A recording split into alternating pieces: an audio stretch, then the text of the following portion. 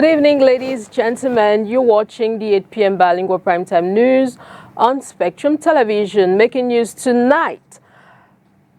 Elecam has called on all approved presidential candidates to come forward and officially confirm their logos, emblems, and the colors of their voter ballots. This move serves to finalize the official representations on the ballot papers, ensuring clarity and preventing fraud or confusion during voting. The call aims to streamline electoral preparations and promote transparency in the election process.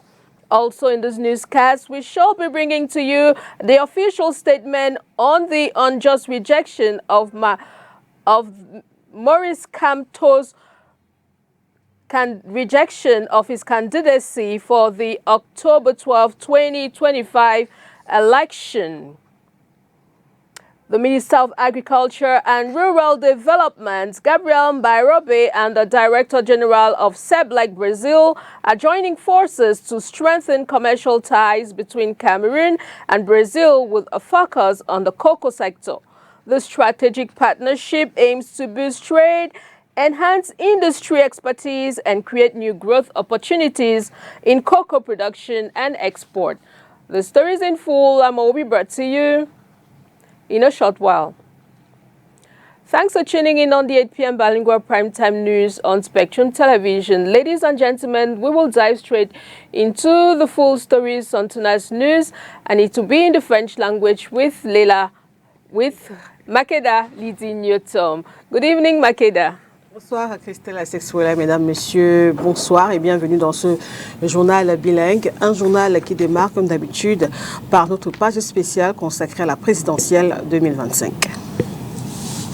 Communiqué de presse. Le directeur général des élections a l'honneur d'inviter les candidats à l'élection du président de la République du 12 octobre 2025 ou leur mandataire à venir confirmer les sigles, logos et couleurs de leur bulletin de vote à la Direction générale des élections, porte 216, au plus tard le lundi 11 août 2025 à 17h. Sur la page officielle d'Élections Cameroun, les commentaires jugés les plus pertinents par Facebook ne sont pas très flatteurs. Et au Conseil constitutionnel, il fallait y être pour le croire. Au-delà du sérieux avec lequel certains recours étaient abordés, le Conseil constitutionnel a presque été transformé, le temps de certaines plaidoiries, à une grande scène de théâtre. Morceau choisi, ce candidat recalé explique au juge pourquoi il n'a pas pu rassembler toutes les pièces requises pour sa candidature. Je veux dire pourquoi il n'y a pas certaines... Non, je ne sais pas dire. Vous savez pourquoi vous ne les avez pas. On n'a pas besoin de lire un document. Pourquoi vous ne les avez pas? Monsieur le Président, c'est parce que depuis 39 ans, le candidat Babion Bolon a travaillé pour mettre sur pied le remède contre la mort.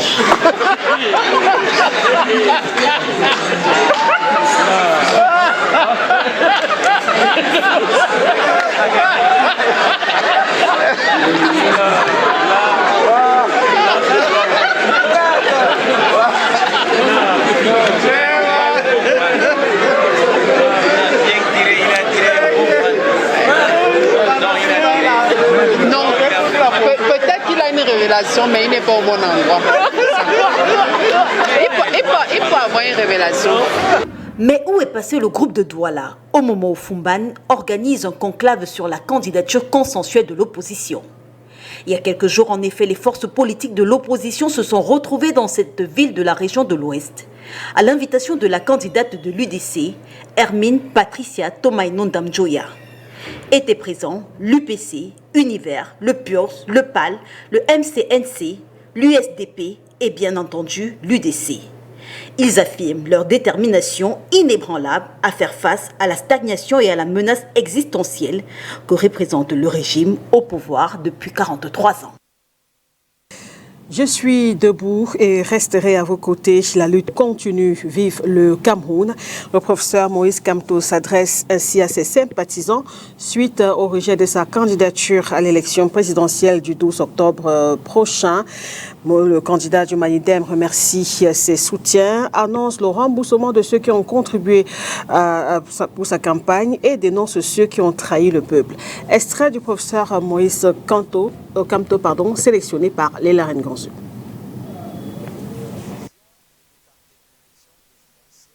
« 2025 a été prise de longue date par le régime RDPC.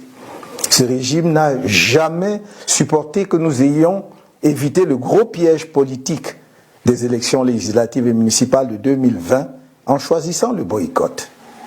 Le régime voulait détruire le MRC à travers ces élections et ne nous a jamais pardonné d'y avoir échappé. Dès lors, la campagne de diabolisation du MRC et de son président national était lancée et la décision d'empêcher ce dernier par tous les moyens de prendre part à l'élection présidentielle de 2025 était prise. Mes chers compatriotes, j'ai dit et répété que je ne vous trahirai pas. Et je ne vous ai pas trahi. En revanche, le Conseil constitutionnel, la justice et les CAM, le pouvoir en place à travers le ministère de l'administration territoriale notamment, qui a été de tous les mauvais coups contre nous, vous ont trahis sans état d'âme. La communauté internationale, notamment l'Organisation des Nations Unies, qui a signé une convention secrète avec ELECAM le 9 mai 2025, prétendument pour garantir la transparence de l'élection présidentielle de 2025, vous a trahi. Cette communauté internationale, si prompte à se montrer aux côtés de la dictature qui écrase le peuple camerounais, ne s'est pas sentie concernée par le crime politique du régime RDPC contre notre peuple. Bien au contraire, elle s'est assise sur les valeurs qu'elle dit promouvoir et qu'elle prétend défendre. Mes chers compatriotes, dans le cadre de la préparation de ma campagne à l'élection présidentielle d'octobre prochain, j'ai procédé le 30 janvier 2025 au lancement de la levée des fonds irrelatifs conformément à la législation en vigueur. Suite au rejet de ma candidature, j'informe l'opinion publique que les contributions pour ma campagne à la dite élection sont désormais closes. En dépit des dépenses déjà effectuées dans le cadre de cette campagne, j'informe qu'il sera procédé au remboursement des contributions reçues dans les comptes bancaires ouverts à cette occasion, ainsi que dans les différents comptes chez les opérateurs mobiles. Des mesures d'ordre pratique sont en train d'être prises à cet effet. C'était donc un extrait de la déclaration du professeur Maurice Kamto. Au loin de la politique, nous parlons autre chose à présent. Coopération Brésil-Cameroun. Les deux pays renforcent leur partenariat sur le plan agricole. Le ministre de l'Agriculture et du Développement rural et le directeur général de ces plans, producteur brésilien de cacao, viennent de parapher une convention de partenariat à Yaoundé. Il est question, à travers cet accord, de renforcer les liens commerciaux entre nos deux nations afin de booster la production du cacao de qualité aussi bien au Cameroun qu'au Brésil. Olivier Bouzike. Cette convention signée entre Gabriel Bayrobé, ministre de l'Agriculture et du Développement rural camerounais, et Thiago Guedes, le directeur général de CEPLAC, ambitionne renforcer les échanges commerciaux entre le Cameroun et le Brésil, notamment dans la filière cacao. Il est attendu comme retombée du partenariat l'amélioration de la production du cacao dans les deux pays, le renforcement des capacités des acteurs de cette filière. Pour Gabriel Bayrobé, cette convention bénéficiera au Cameroun également pour l'amélioration de la capacité du pays à produire du matériel végétal de qualité pour améliorer la production de cacao, et surtout de renforcer les capacités des producteurs afin de permettre d'avoir un revenu plus important et de favoriser la création des emplois non seulement pour les jeunes mais aussi d'inverser la tendance de l'exode rural. Avec une production qui se situe généralement entre 290 000 et 300 000 tonnes par an, le Cameroun est le 4e producteur mondial de cacao, premier producteur en Afrique centrale. les principaux bassins de production étant le sud-ouest, le centre, le littoral. Produit d'exportation majeur pour le pays, le cacao génère des revenus importants en contribuant à l'économie nationale. 5e producteur mondial, quant à lui, les performances du Brésil varient entre 250 000 et 290 000 tonnes de cacao par an. Cependant, face aux défis liés aux maladies, au changement climatique et à la nécessité de développer des pratiques durables, le Brésil vise à accroître significativement sa production et à retrouver une place importante sur le marché mondial du cacao. Voilà qui revêt un enjeu stratégique à travers ce partenariat avec le 3e producteur important dans la zone Afrique. Cameroon's inflation fell to 3.2% in June, marking the 5th consecutive monthly decline. The National Institute of Statistics reveals, however, prices stay elevated in cities like Marua and Bamenda due to local supply and cost variations. Onila Donet tells us more. Cameroon's inflation rate eased to 3.2% in June 2025, marking the 5th straight month of decline, according to new figures from the National Institute of Statistics. Despite persistent economic pressures, the country is inching closer to the 3% threshold set by the CEMAC regional bloc. The latest data reflects a steady retreat from the high of 7.4% recorded in 2023, yet inflation is not cooling evenly across the country. While cities like Betua on 2.2%, Garo on 3.0%, and Gaoundéré on 3.4% are seeing more moderate price trends, others are still grappling with steeper increases. Marua remains the most affected at 5.9%, followed by Bamenda on 4.9%, Boya follows suit at 4.4%, Douala 4.3%, Bafoussam on 4.2%, and Ebolo on 4.1%. The National Institute of Statistics attributes these local differences to uneven transport expenses, product supply challenges, and regional market conditions. June's price hikes were largely driven by goods and services produced within Cameroon. Locally sourced items saw a 4.3% increase, while imported products rose by 3.5%. Analysts say this points to inflation fueled more by domestic factors such as rising production cost and internal demand than by external shocks. While the overall trend is moving in the right direction, the report signals a need for targeted interventions to address disparities in the country's inflation experience.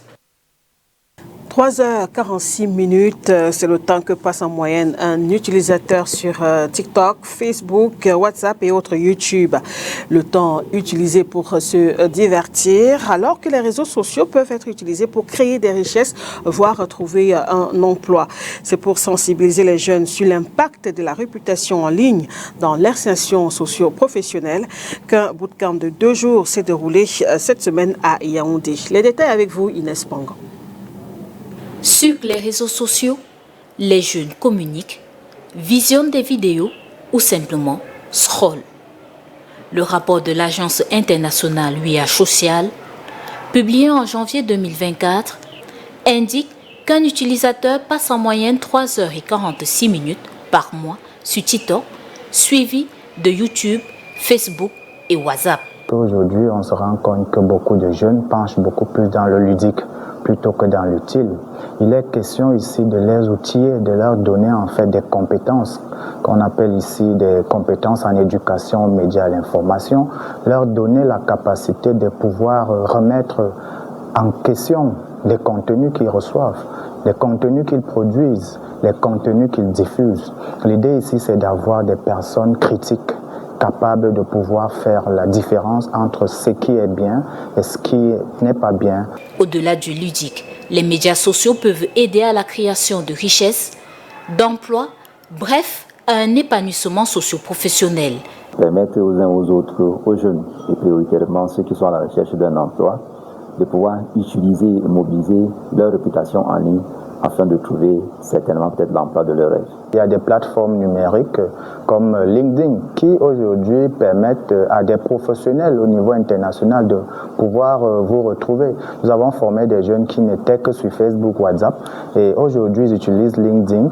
Ils ont des entreprises, ce sont des entrepreneurs, ce sont des jeunes qui ont des diplômes, des diplômés qui cherchent de l'emploi. Un bootcamp de 2 jours s'ouvre ce 5 août 2025 à Yaoundé. L'éthique et la responsabilité sur le numérique sont quelques thèmes abordés au cours de cette formation théorique et pratique sur l'impact de la réputation en ligne sur l'insertion socio-professionnelle des jeunes au Cameroun. Et on parle culture, nous vous amenons ce soir dans la région du Sud Cameroun. La 4e édition du festival international baptisé Biasso Mengon vient de s'achever. Celui-ci s'apprête d'ailleurs à devenir la propriété de la commune de Mengon. Oriane Donkeng pour les détails.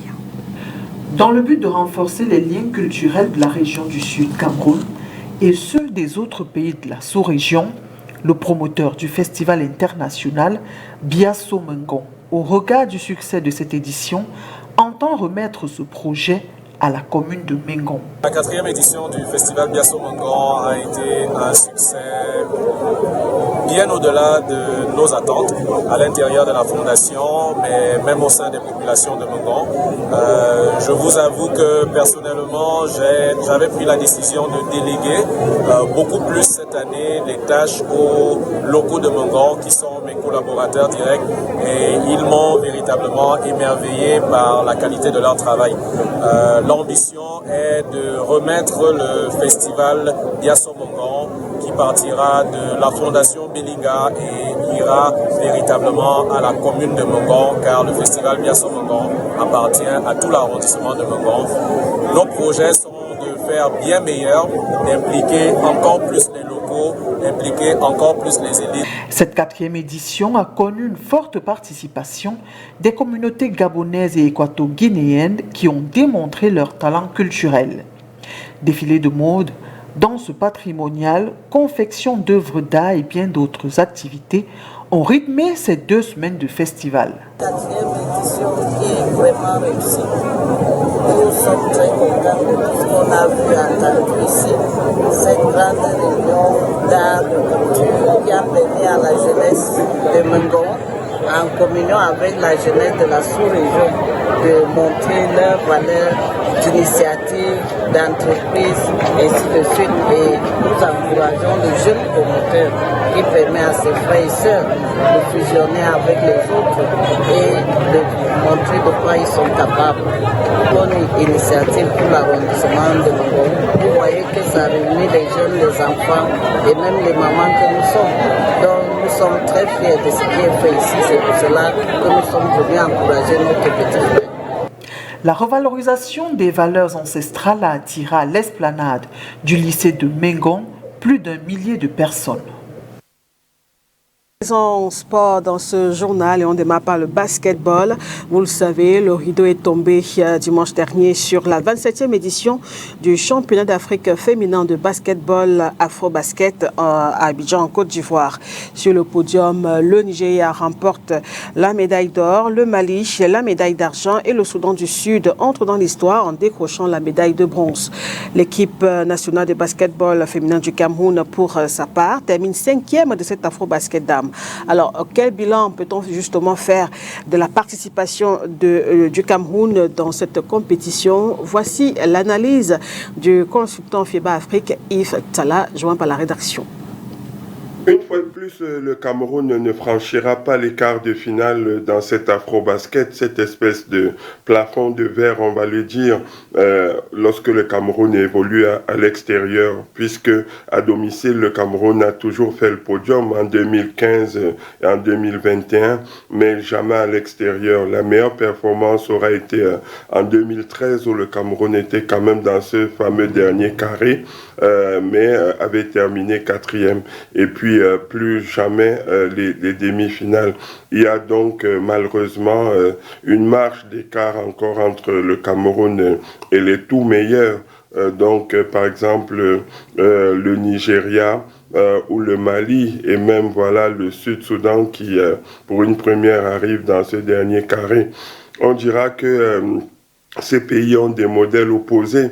Le Nigeria s'appuie sur une forte diaspora au niveau des États-Unis qui revient pour jouer pour le pays, tandis que le Mali a plutôt un développement endogène avec des talents dans les petites catégories qui vont jusqu'à chez les seniors.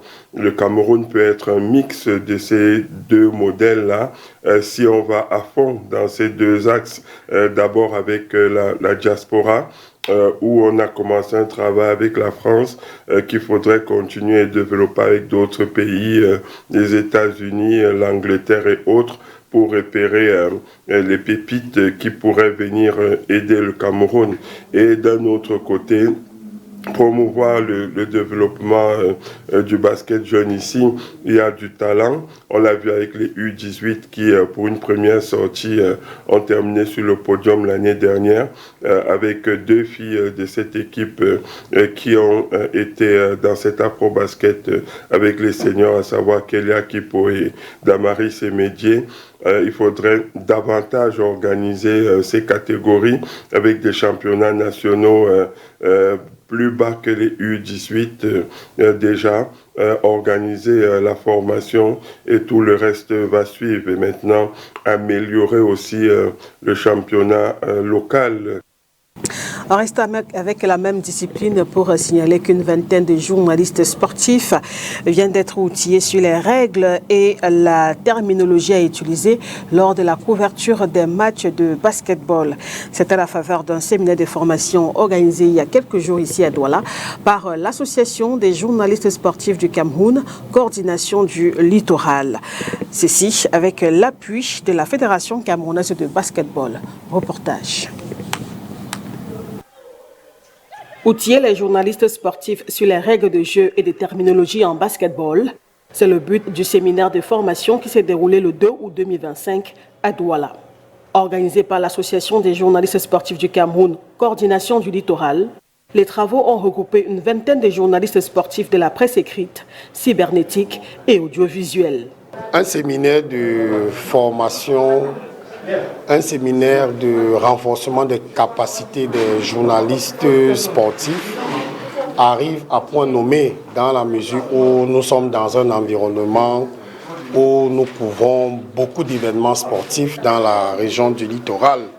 Et vous savez que nous préparons la saison sportive 2025-2026. On parle également des exécutifs pour les Olympiades qui arrivent au Cameroun. Nous serons à la tête des fédérations, des nouveaux présidents. Donc il est important pour nous, de la presse sportive régionale, de nous approprier de véritables outils pour pouvoir couvrir ces événements sportifs. Nous avons débuté une série donc, avec le basketball. Il était donc important qu'on sache les règles de jeu en basketball pour nos journalistes, pour nos confrères, pour nos consoeurs. Couvrir une compétition de basketball, quels sont les thèmes appropriés. À cet effet, l'AGS Littoral a fait appel au secrétaire général adjoint de la Ligue régionale de basketball du littoral comme formateur. La différence entre le parquet et le terrain de jeu, les différentes dimensions qu'on a dans le terrain de basketball, les équipements techniques qu'on utilise pour la rencontre de basketball, comment est-ce qu'est constituée une équipe de basketball, comment est-ce qu'ils dirigent les rencontres de basketball, les arbitres, les hôtels. On a travaillé sur ces éléments-là et comme j'ai dit tout à l'heure, le temps qui nous a été accordé n'a pas suffi pour qu'on aille aussi loin que ça. Mais je crois que les séminaires sont donné quand même quelque chose de positif. Après le basketball, l'AGS Littoral annonce poursuivre sa série de formations sur la connaissance des règles des disciplines comme la natation, le cyclisme et autres tennis. Titanic FC Sama moved a step closer to a historic national Interpol's qualifications with a hard-fought 1-0 victory over Espace Football Horizon in the Littoral 2 semi-finals at Tekokam Stadium, over the weekend. Oni Ladonet with the highlights of this encounter. Titanic FC Sama 1 win away from the national Interpols. After dumping out African Football Academy in the quarterfinals, the Littoral side urged past Espace Foot Horizon in the 10 semi-finals played on Saturday at the Tekokam Stadium in Bona Musadi. Once again, it was their informed forward, Samuel Nyetam, the same man who silenced the academics, who stepped up when it mattered most. The striker netted the game's only goal, a well-taken finish that sealed the place in the final for Titanic. It was a cagey physical encounter, with both sides creating chances but struggling to find the breakthrough.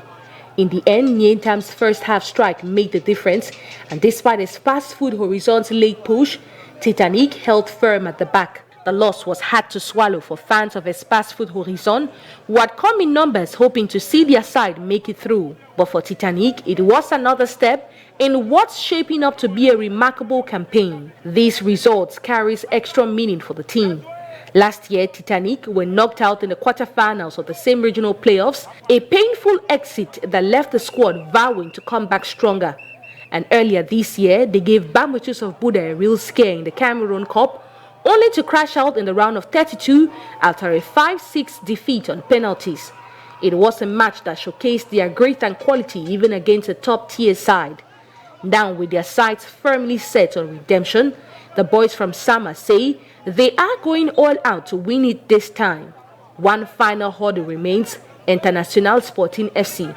The two sides will square off in the final of the Littoral Regional Playoffs next Sunday at the Tekokam Stadium. The winner not only takes the regional crown, but also secures a place at the National Interpols in Yaoundé, a shot at promotion that Titanic are determined not to miss. And that's the rich package we put together for you on tonight's news edition on Spectrum Television. Thanks for tuning in, ladies and gentlemen. Enjoy the rest of your evening in company of very interesting programs on Spectrum Television. Good night. Good night to you, Makeda Lidi Newton. Au revoir, Christelle Assex-Ouellet, mesdames, messieurs. Merci de votre attention. Au revoir.